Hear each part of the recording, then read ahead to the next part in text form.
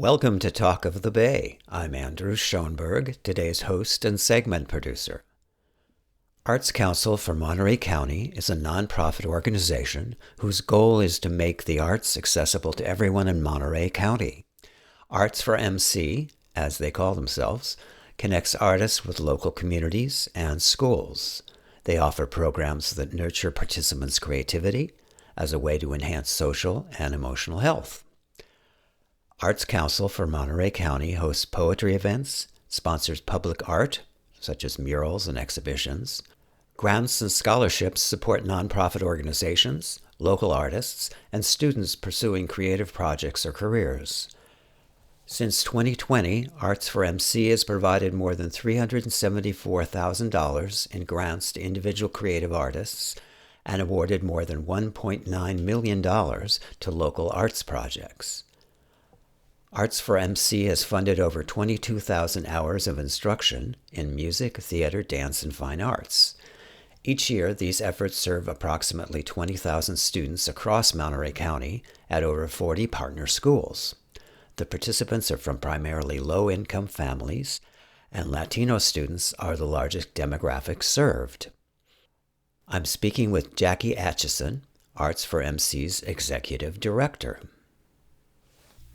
So, Jackie, let's talk about the many programs your organization provides. And I'm going to mention some of them to you that I got from your website and see what you have to say. Sounds good. Professional Artists in the Schools. It connects experienced artists with students to enhance learning. Tell us a little bit about that program. What sort of programs are provided or funded under that? Well, we've been providing the Professional Artists in the Schools program since 1988 to schools throughout the county, mostly to students in the underserved schools in Salinas Valley, North County. We have about 30 different teaching artists on our roster. They are employees, and they work with credentialed teachers in the schools to provide really enriching visual and performing arts, painting, dance, theater, music. And so we've been reaching probably about, I think we said over 20,000 students throughout 40 different schools in the county, throughout the county. Uh-huh. And so they're employees of Arts for MC then? Correct. Oh, that's great. We want to talk a little bit about more about the individual programs that are offered. Like, let's start with music. Music programs, we have several different music teachers. Salinas Valley School, we've had, the school district, we've had several teaching artists working there year-round, almost full-time, providing guitar, ukulele, different music theory classes. And we've been doing that probably for the last maybe 7 years. Mm-hmm. Cool. Vocal music, since I'm a singer. Vocal music? We don't have as many singing programs. We do support them in the different programs we have throughout the county, but not actually in the class. Some of the music they do incorporate some singing, but it's mostly the instrument, learning the instrument itself. Okay, how about theater? Theater, we have, we used to do some programs at Seaside High School, and they actually hired one of our teaching artists to be their full-time teacher. But I think really we're seeing a large increase in the visual arts, especially our Arts for Healing programs, which are social emotional learning through the arts. Our teaching artist, Kenji Tanner, who's been with us for over 20 years, is certified in social emotional learning through the UCLA Arts as Healing program. We also have JC Gonzalez, who's certified.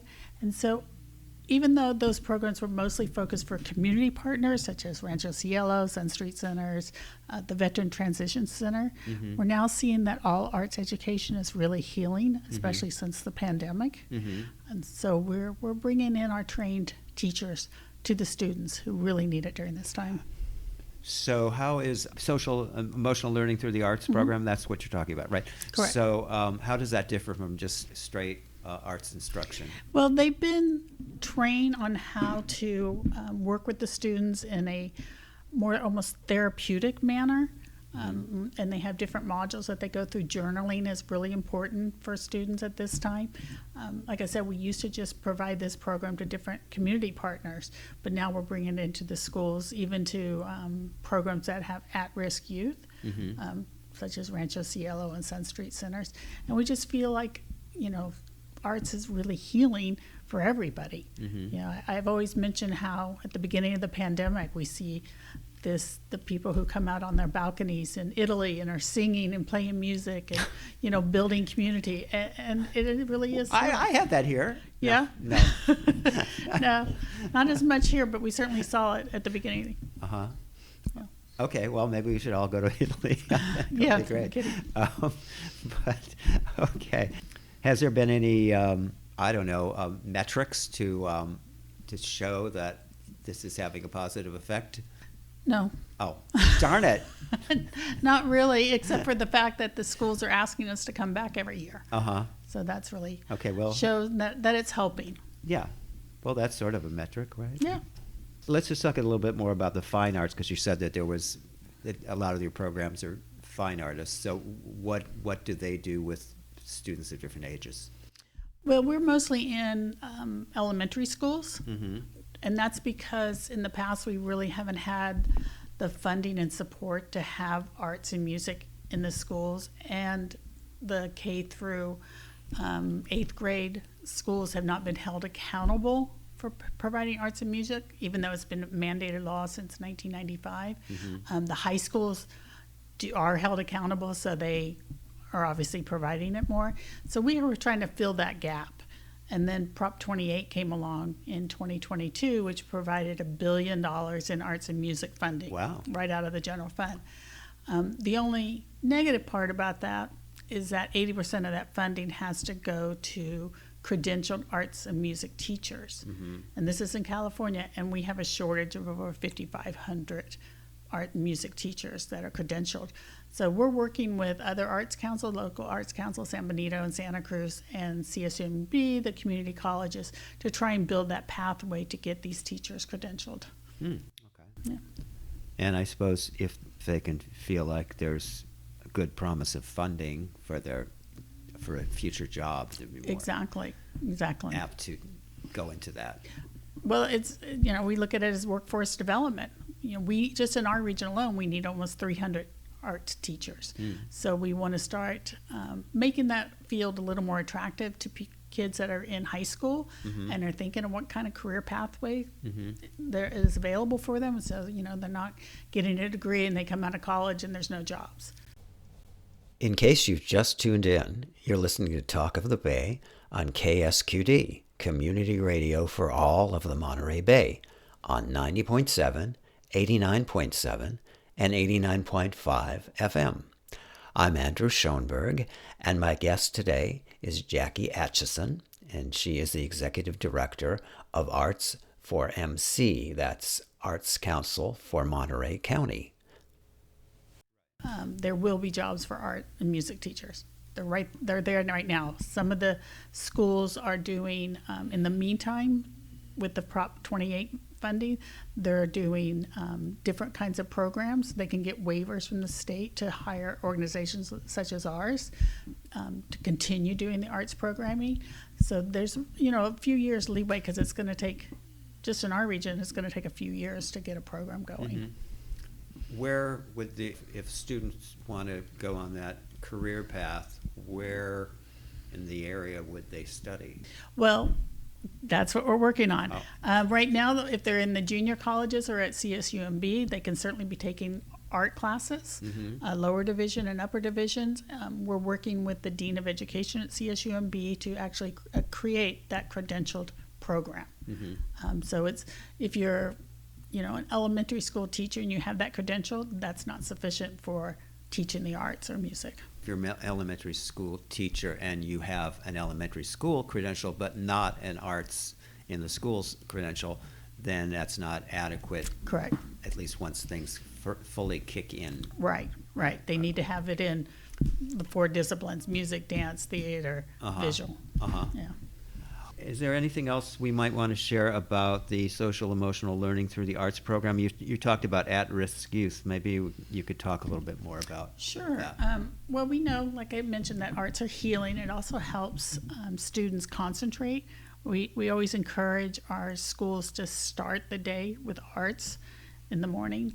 But we also work with programs such as Sun Street Centers with kids who are there voluntarily, but maybe need that extra attention. It's very calming. It just, even if you get out a coloring book and start coloring. Now, what is the Sun Street Center? Sun Street Centers, it's an organization that has quite a few programs, some for at-risk students. They called the program we were in pre-diversion, so that they don't end up in the juvenile system. They also have like a men's residential treatment center that we're doing a class next month, I believe, or in October. That's going to be a 10-week class. This is different from the kid, because you said men's, so I assume it's not kids, right? Right. No, they have all kinds of programs, yeah. And this is a residential treatment for sober men that we're doing a program with. Okay, and the Sun Street Center, where's that located? They're all over. They have one in Marina. They have one in King City. The new one we're doing is in Salinas. And I know there's more. I just don't know exactly where they are, but yes, there's quite a few. On your website, it mentioned both Arts for Healing and social emotional learning through the arts. Yeah, that's more for the students in the school, to kind of replace our professional artists in the school program with teachers who have been trained in social emotional learning, and also so that we can fulfill that requirement of the Prop 28 money, that it has to be supplemental education and not supplant an existing program. So this is like a new program for the schools. Sure. One notable program works with young people at Monterey County's Juvenile Hall and Youth Center. Yeah, the county actually pays for that, and we have 2 teachers teaching there right now with the youth. And we've had a program with the probation department for, probably 10, 15 years. And it's actually an award-winning program. Yeah. What award has I knew it you were won? going to ask me that. It was something, National Association of County something. It was before my time, but we can still call it an award-winning program. Okay, got it. Okay. Now, I see there's a murals program, which unites muralists, schools, and community organizations, local businesses, and government agencies to create large-scale public arts projects. So why don't you tell us about that? We've done quite a few murals. I think one of the biggest ones we did was in Pajaro at the park there. There's a really large one that we worked with Jose Ortiz and Eos del Sol to put that in back in like maybe 2014. But when the pandemic hit, we wanted to keep our teachers, our artists, keep paying them. So we started asking where we could do murals, and they could do it outside and they can still get paid. So the first one we did was actually at the MC Weekly building, which is where our office used to be. So we painted the squid there by artist Brian Gage. And a squid, that's a big appropriate. Squid. Yes, that's exactly. Very appropriate for this station, right? Exactly. If you drive by, you'll see a really beautiful squid there on their building. And where is this building? 1123 Fremont Boulevard in Seaside. Oh, okay. Yeah. I will look for that. Yeah. Maybe we'll take a photograph There you go. in front of it or something. Yeah. It's kind of high up. It's on the second floor, but you can still get a photo, I'm sure. Okay. But we've been doing a lot more. We just finished the one in Chular, which was by artist Hanif Pani, and of Seaside. And this one is honoring the Bracero farm workers who were killed in a bus and train accident there back in 1963. And so we had funding from the county to pay for that. Supervisor Alejo and Supervisor Lopez were big supporters of it. We had a big ceremony unveiling the mural with about 300 community members came, and families of Braceros. A few actual Braceros were there, and so that was really touching and meaningful to the community of Chular. So the artists that do these murals, they're actually employees of this organization, or you fund them for a period of time to do the mural, or both? We have some that are employees, but we also hire them because a lot of muralists have been doing it for a long time, and they have their own business, and they're incorporated and have their own insurance, so we also hire them. Okay, and another program is Artworks at Salinas Studio and Gallery. It hosts rotating exhibits, artist receptions, and is a place for arts workshops. So tell us a little more about that. Yeah, that started back in 2016. We had a breakfast with a lot of our artists and colleagues, and the question asked was, what do you need from us? Mm-hmm. And one of the artists stood up and said, we need affordable studio space, because that's really hard to find, especially on the peninsula, and actually in Salinas also. So I knew about the American Tin Cannery was pretty much closing in Pacific Grove, and they had a lot of empty space. They were going to turn it into a luxury hotel at some point. So I worked out a lease agreement with them. We had 8,000 square feet there. And we had at times about 20 different artists working there, and they were working really together, helping each other out. And they were open spaces. And we were open on the weekends, and we would do a third Friday every month. And it was a pretty successful program, thanks to Cannery Row Company helping us with that. We did close it right after, the shelter in place, because, again, the Cannery Row Company hopes to convert it into a hotel. In case you've just tuned in, you're listening to Talk of the Bay on KSQD, Community Radio for all of the Monterey Bay, on 90.7, 89.7, and 89.5 FM. I'm Andrew Schoenberg, and my guest today is Jackie Atchison, and she is the Executive Director of Arts for MC, that's Arts Council for Monterey County. So we opened a space in Salinas, right downtown, 262 Main Street, and we have 7 different artists there that are artists in residence, and they have studios and they sell their art there. We also have about 7 different artists who just sell their wares there also. And then quarterly we trade out a featured artist from Salinas Valley, North County. So we like to feature them for a quarter and have different First Friday events there to promote their work. Now, the First Friday events, are those once a quarter, or are they every month? They're monthly. They're monthly? Yeah. Okay. And what day of the week are those on? Friday. Oh, okay. First Fridays are on Friday. Oh, yeah. First Friday of the month. I figured that out. Let's touch on what other programs that we haven't talked about. Well, we get some funding from the county of Monterey, because we are considered the county's official arts agency. So about 2/3 of the funding that we receive from them, we re-grant out. So we re-grant them to arts organizations or nonprofits that are providing arts programs, even like the Boys and Girls Club, or the Monterey Museum, or the Symphony, Soul Treasures in King City. So we have a twice a year program of re-granting, and we have evaluators who are selected from each of the supervisory districts just to make sure it's very equitable. So we give out over $300,000 every year through that program. We also get funding from the Packard Foundation to support that.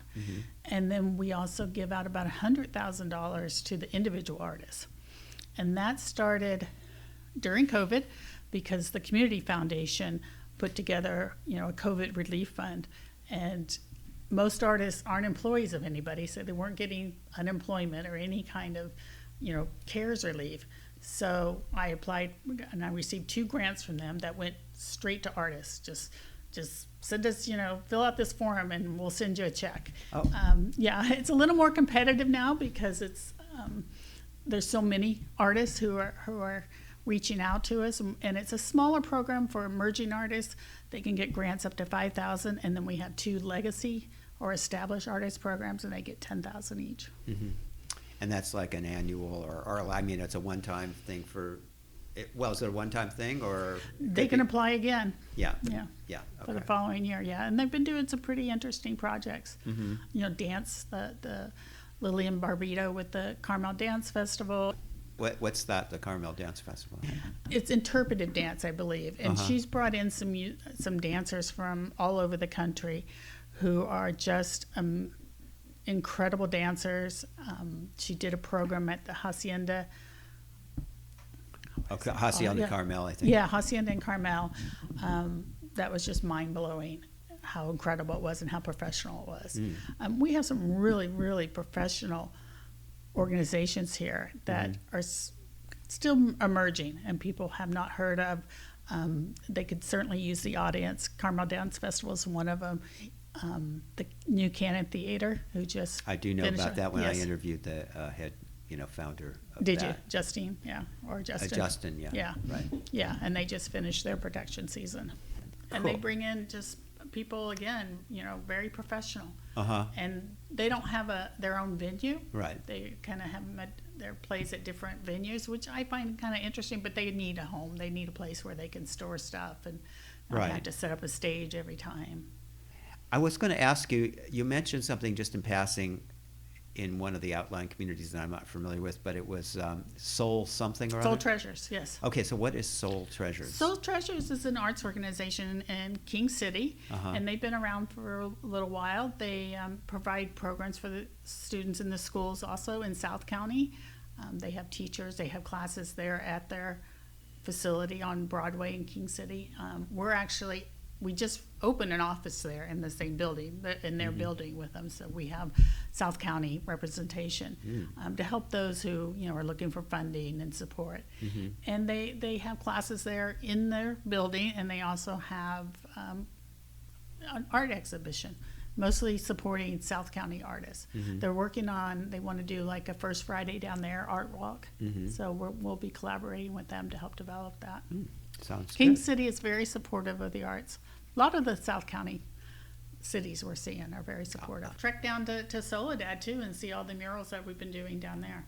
We have one that we just finished on the firehouse apparatus building, brand new building that our local artists did a big mural. We're going to have a grand opening on the 3rd of September. Yeah. We also have college art scholarships Uh-huh. where we provide $2,500 to students, graduating seniors who are going to pursue a degree in some kind of art field, creative sector in higher education institutions.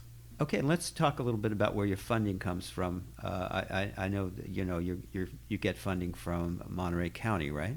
Correct. And you have other sources as well? Yes, we have funding from the California Arts Council. We have fundings from the Monterey Peninsula Foundation, the Community Foundation of Monterey County, the Hardin Foundation, the Nice. Packard Foundation. We've been very fortunate that we also have about 33% of our revenue comes from earned revenue. One of our newest programs is the Open Studios Art Tour, this is just our second year. We took it over last year from another organization, and we did really well last year, increased participation over 60%. Mm-hmm. This year, the program is October 11th. Oh gosh, I can't remember the exact dates, but in October, so check our website out. It's 2 weekends where local artists open up their home studios and let you come in and see and purchase art, support local art. So we're really excited to see how. And that how goes. does this organization get money from that? Well, there's a fee to join it for the artists, and then we get sponsorship because it's a pretty expensive effort just because of all the marketing we do. We market all throughout the county and actually even into the Central Valley to get people who are visiting Monterey County to go check out the art. Yeah. Any other significant sources of funding? Not that those aren't very significant. But Those are, we've never been really involved in individual donations, though that is something we're working on. We just want to diversify our revenue so we're not so reliant on especially governmental funding because we just don't know how long that's gonna last. Yeah. I mean, we're very fortunate that we have a board of supervisors who support the arts and the culture and the creativity in this county. If people want to find out more about your programs and perhaps get involved, where do they go for that? Well, they definitely should check out our website at arts4mc for MontereyCounty.org. We're also on X and Instagram and Facebook and even TikTok now. So they can find us anywhere. They can also shoot us an email at info@arts4mc.org. Numeral 4mc.org? Yeah. ORG. Yeah. Okay, good. All right. Well, thanks very much for talking with us today. and I think you do a lot of excellent work. So Thank you. it's good to hear. Thank you. Thank you for being here. Okay. You've been listening to KSQT Santa Cruz, KSQT Prunedale, K-Squid, community radio for all of the Monterey Bay. I'm Andrew Schoenberg, and this has been Talk of the Bay.